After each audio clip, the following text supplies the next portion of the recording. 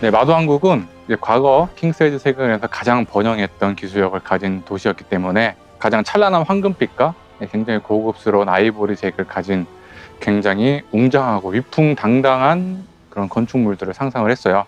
외관의 건축물의 실루엣이라든지 내부들은 과거의 바로크 양식을 조금 차용을 하고 근미래에서 볼 수 있는 SF적인 요소들을 조금씩 차용을 해가지고 마도왕국의 컨셉을 탄생시켰습니다. 우선 크로부터 설명을 드릴게요. 의지와 관철이 모든 것에 대한 공통 주제이기도 한데 크로 같은 경우는 딱 하나예요. 복수. 서브 스토리에서 먼저 소개가 된 판도라라는 조직에 대한 복수. 그 복수를 방해한 자들은 모두 다 없애버리겠다. 그것에 대한 관철. 내 의지가 그것이니 내 그것을 방해한 자는 모두 아웃. 이게 바로 그 크로의 관철이고요. 클라우스 같은 경우에는 이제 좌절, 그리고 허탈, 그리고 뭐 상심 이런 것들을 다 이겨내고 그리고 내가 너희 두 명, 카셀과 프레이를 구하기 위해 내가 모든 걸 걸겠다. 그것에 대한 의지, 그리고 그것에 대한 관철, 그것을 10챕터에 녹여냈습니다. 방금 전에 이제 얘기해 주신 것처럼 그 클라우스가 되게 힘든 시간을 보냈잖아요. 많은 감정들을 이렇게 본인이 갖게 됐는데 어떤 그렇지. 그런 감정들과 그런 힘든 시간을 표현해 주기 위해서 저희 쪽 내부에서 좀 이렇게 많은 시도들과 시행착오들 겪어가지고 뭐 지금 그 넝마 클라우스가 탄생하게 됐죠. 그러면 세 번째, 힐다가 있죠. 힐다라는 캐릭터는 이제 의지와 관철도 있긴 하지만 성장형 캐릭터라고 볼 수 있어요. 영돈에서도 앞서 소개가 됐지만 이 친구가 감정이 서툴러요. 뭐 감정도 서투르고 약간 군인 같은 그런 느낌도 있고 만들어진 병기 뭐 이런 거기 때문에 감정이 서투르기 때문에 이 두 사람과 함께 다니면서 잊었던 자기가 아니면 몰랐던 감정들을 찾아가면서 마지막에 가서 내가 누구인가, 나는 그래서 무엇을 할 수 있는 사람인가 라는 것에 대해서 의지가 생기고 그것을 관철시키는 그런 성장형 캐릭터거든요. 탄생 자체가 일단은 뭐 전투를 위해서 만들어진 어떤 군인 그런 병기 그런 캐릭터이기도 하고 얘기해 준 것처럼 그 감정 자체를 좀 이렇게 뭐라 해야 되지 명확하게 드러내는 어떤 캐릭터가 아니다 보니까 좀 그런 것들에서 좀 캐릭터의 표정이라든지 어떤 말 몸짓 그런 행동들에서 조금 많이 좀 고민을 해가지고 어떻게 만들게 됐는데 조금 뭐 유저분들도 좀 만족스러워하셨으면 좋겠네요.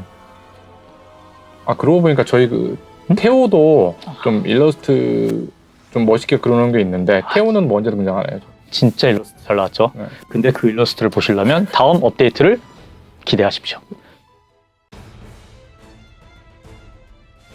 지크프리트 같은 경우에는 굉장히 그 인자하고 넓은 아령으로 백성을 보살피는 어떤 성왕의 이미지로 오리지널을 이제 디자인을 이제 했는데 그 이제 몬스터화가 된 지크프리트에서는 아무리 몬스터화가 되더라도 어쨌든 최대한 좀 그런 모습이 좀 남아있어야 되지 않겠나 싶어서 몬스터지만 그래도 아무리 몬스터여도 저는 잘생겨야 된다고 생각해요.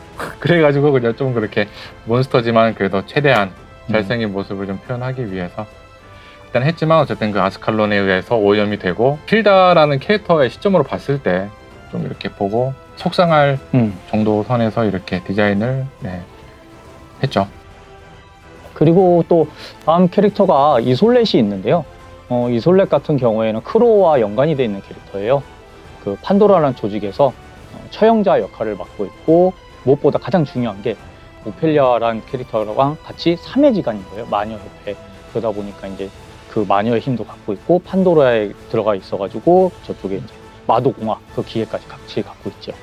이솔렛 같은 경우에는 이제 저희가 고민을 많이 했던 부분은 그 마녀라는 거는 주로 약간 그 비과학적이고 오컬트적인 면들이 들어있는 오컬트적인 거. 컨셉인데 거기에 마도공학이라는 굉장히 과학적으로 진보한 어떤 기술들이 합쳐진다면은 과연 어떤 모습일까?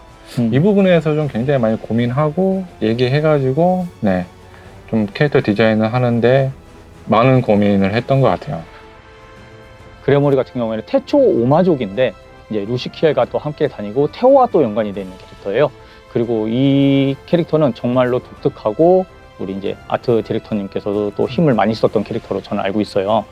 그레모리 같은 경우에는 이제 어쩌다 보니까 제가 직접 그 캐릭터 디자인에 참여를 하게 됐는데 일단은 그 어떤 나티암이라는 이전에 킹스에 대해서 좀 보기 힘들었던 어떤 그런 특별한 컨셉을 좀 최대한 잘 표현하고 좀 재밌게 재치 있게 표현하기 위해서 조금 많이 노력을 들었고 이렇게 지퍼 올리는 것도 어떻게 보면은 약간 그런 것 중에 하나지만 그런 모습이 가장 좀 그래머리답지 않나 생각이 들어요. 우선 클라우스 같은 경우에는 9.5세트에서 줬던 이제 상실감, 이제 이 좌절감 이런 것들을 이겨내는, 아까 말씀을 드렸겠지만 의지의 관철에 대해서 얘기를 말씀드렸잖아요. 그것을 이겨냈을 때 클라우스가 변화된 모습, 그것을 알려드리기 위해서 이제 계획이 되었고요.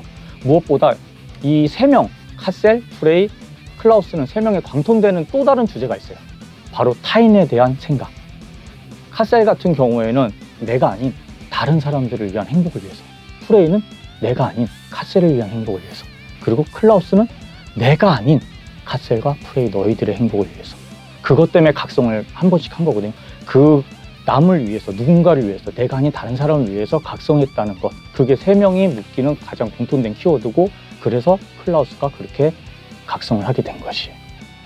클라우스 같은 경우에도 그 어쨌든 카셀과 프레이와 같이 이게 변화가 있지만 어쨌든 그들과는 조금 다른 모습 혹은 다른 느낌으로 좀 보여줘야 된다고 생각했어요. 일단 클라우스가 방금 전에 얘기하신 것처럼 이제 카셀과 프레이도 이제 본인 스스로를 버리고 이렇게 타락을 한 이유들이 있지만, 클라우스의 이유 역시 또 그만의 사정이 있기 때문에 어떤 그런 것들 잘 표현이 돼야 된다고 생각을 했고, 어떤 그런 것에서부터 좀 이제 제가 그 반역 클라우스라는 캐릭터 디자인이 시작이 됐죠. 그 카셀과 프레이를 좀 지키지 못한 것에 대한 후회, 어떤 그런 것에 대한 아픔, 그거를 그 시기가 지나서 이제 그들을 내가 지켜야 되겠다라는 어떤 의지, 그런 것들의 어떤 표현을 하기 위해서 어떤 클래스의 표정이라든지 기존보다 훨씬 더 단단해 보이는 그 의지를 표현해 줄 수 있는 갑옷이 디자인이 되었죠. 네.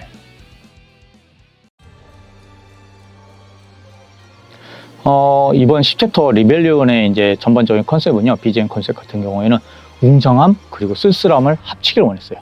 그래서 유저들 여러분들께서 이제 들어갔을 때, 아, 쓸쓸한데 뭔가 거대하고 웅장함이 느껴지는구나, 이것을 느끼길 원했고요. 각 스테이지를 세 구역을 나눠가지고 도입, 보조, 하이라이트 부분으로 자르길 원했어요. 그 컨셉을 줄였을 때 사운드실에서 너무나도 만족스러운 이제 결과물을 내주셔서 감사하고요.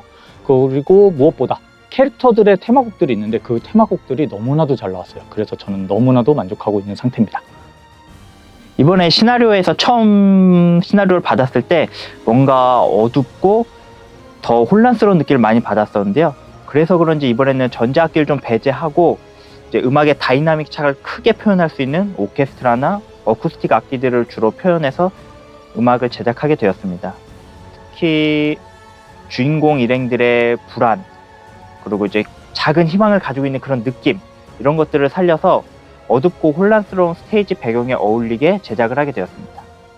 이번 10챕터의 가장 관통되는 주제가 의지의 관철인데, 캐릭터마다의 각자의 의지가 있고 그걸 관통하는 순간이 있어요, 시나리오에서.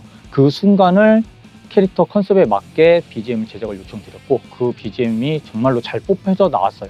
그것은 제가 원했던 것 중에 하나인데, 아트와 시나리오와 연출뿐만 아니라 사운드까지 결합이 되어서 가장 좋은 시너지를 내고, 그것을 유저 여러분들께서 함께 보시고 그 카타르시스를 함께 느껴주시길 바라는 그런 컨셉이었습니다. 처음 시나리오에서 일단 주인공들에 대한 내용을 주면서 여기에 대한 테마를 표현해달라고 했는데요. 일단 그쪽에 대해서 쫙 읽어봤을 때, 아, 이번에는 이제 락으로 표현을 해야겠다라는 생각이 들었어요. 그래서 이 캐릭터들의 이제 강렬함, 그리고 캐릭터들의 각오를 표현하려고 좀 많이 노력을 했는데, 그러다 보니 더 이제 뭐 락 장르에 더 깊이 들어가게 됐고, 특히 이번에는 락 장르에서 중요한 이제 메인 기타를 이제 한국 유명 기타리스트인 노경환 씨께서 강렬한 연주를 해주셨습니다.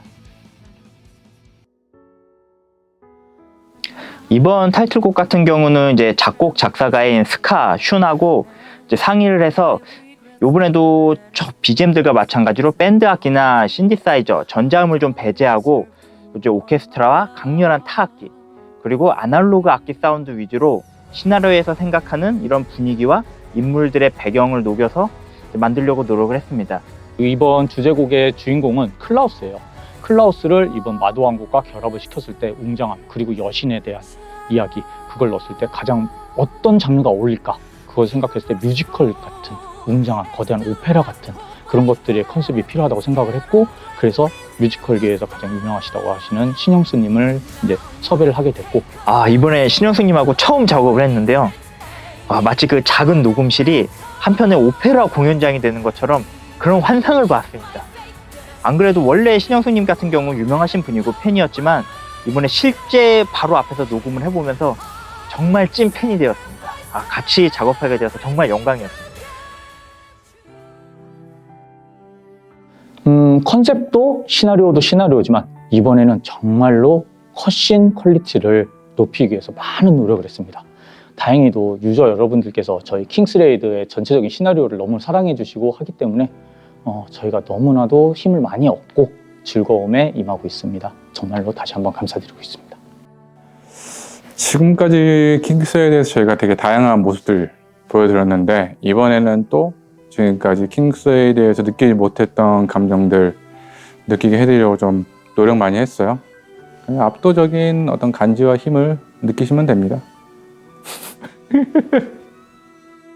우리 캐릭터들, 저희가 살아있는 생명을 주기 위해서 많은 노력을 했고, 많은 이제 유저분들에게 선보이기에 고뇌와 여러 가지 것들을 담았어요. 그 캐릭터들은 단순한 이런 게임 내에 있는 인물들이 아니라 유저 여러분과 함께 숨을 쉬고 함께 이야기를 이끌어 나가고 여러분 곁에서 함께 생활하고 있는 그런 친구, 동료, 애인, 자식일 수도 있고요.